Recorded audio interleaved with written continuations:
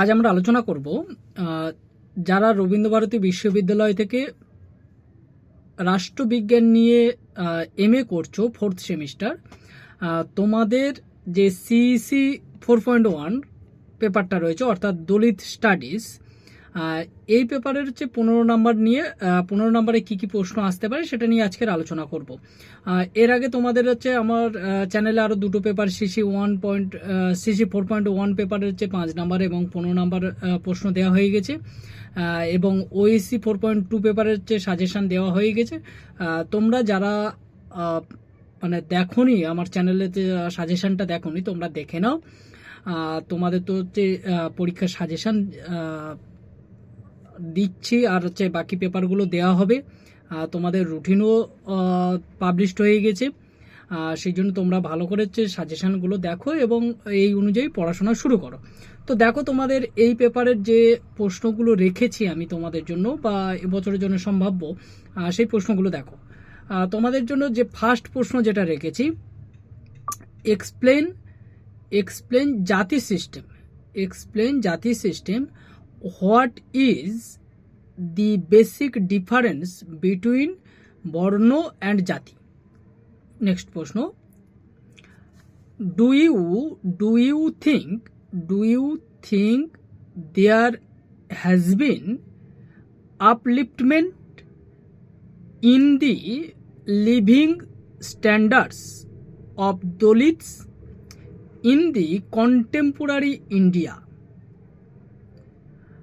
পরের প্রশ্ন, define the category Dalit and discuss some of the characteristics of Dalit in contemporary India. পরের প্রশ্ন, what do you mean by Dalit development discourse? এর সঙ্গে দিয়ে দিতে পারে critically analyze how far the contemporary development theories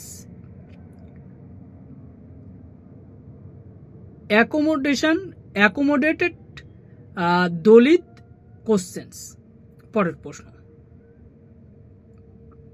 discuss the spread and recognition of Dalit literature by identifying the Dalit class in India. পরের প্রশ্ন, how far has the human rights of Dalit progressed in a globalized society? পরের প্রশ্ন, what steps have been taken to ensure the protection of Dalits human rights? এই প্রশ্নটা যদি তোমাদের ঘুরিয়ে দেয় তাহলে দিতে পারে how can access to basic human rights be improved for Dalits. পরের প্রশ্ন, right a note on Dalit diaspora abroad, অর্থাৎ বিক্ষিপ্ত উদ্ভাসন সম্পর্কে আলোচনা করো বলতে পারে। পরের প্রশ্ন, discuss in details the context of Dalit feminist movement in India. পরের প্রশ্ন, what do you understand by Dalit movement? এর সঙ্গে দিতে পারে discuss the recent Dalit politics and movement. পরের প্রশ্ন, বা এই প্রশ্নটা যদি তোমাদের কোনো কারণে ঘুরিয়ে দেয় তাহলে হচ্ছে এই প্রশ্নটা দিতে পারে দলিত মুভমেন্ট ইন ইন্ডিয়া বা ভারতের দলিত আন্দোলন সম্পর্কে আলোচনা করো। পরের প্রশ্ন, write an essay on দলিতস in India. পরের প্রশ্ন এবং লাস্ট প্রশ্ন তোমাদের জন্য, critically examine the role of BSP in uplifting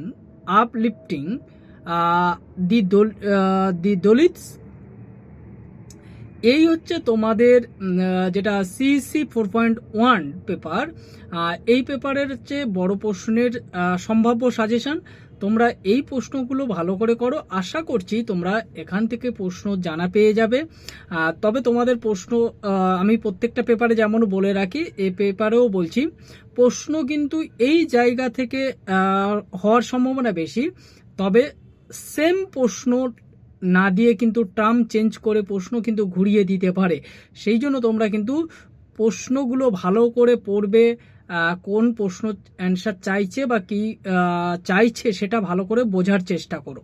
হ্যাঁ, কারণ হচ্ছে যেহেতু তোমরা হচ্ছে সেকেন্ড ব্যাচ পরীক্ষা দেবে এই নিউ সিলেবাসের, তাই প্রশ্ন কিন্তু ঘুরিয়ে ফিরিয়ে আসতে পারে। যে প্রিভিয়াস ইয়ারের প্রশ্ন অনুযায়ী যে তোমরা পাবে সেই রকম ব্যাপার নয়, এখানে কিন্তু প্রশ্ন ঘুরিয়ে আসতে পারে। বিশেষ করে দলিত স্টাডিজের পেপারটা সব প্রশ্ন একই রকমের থাকার সম্ভাবনা বেশি আছে। সেই জন্য এই পেপারটা তোমরা একটু যত্ন সহকারে পড়ো।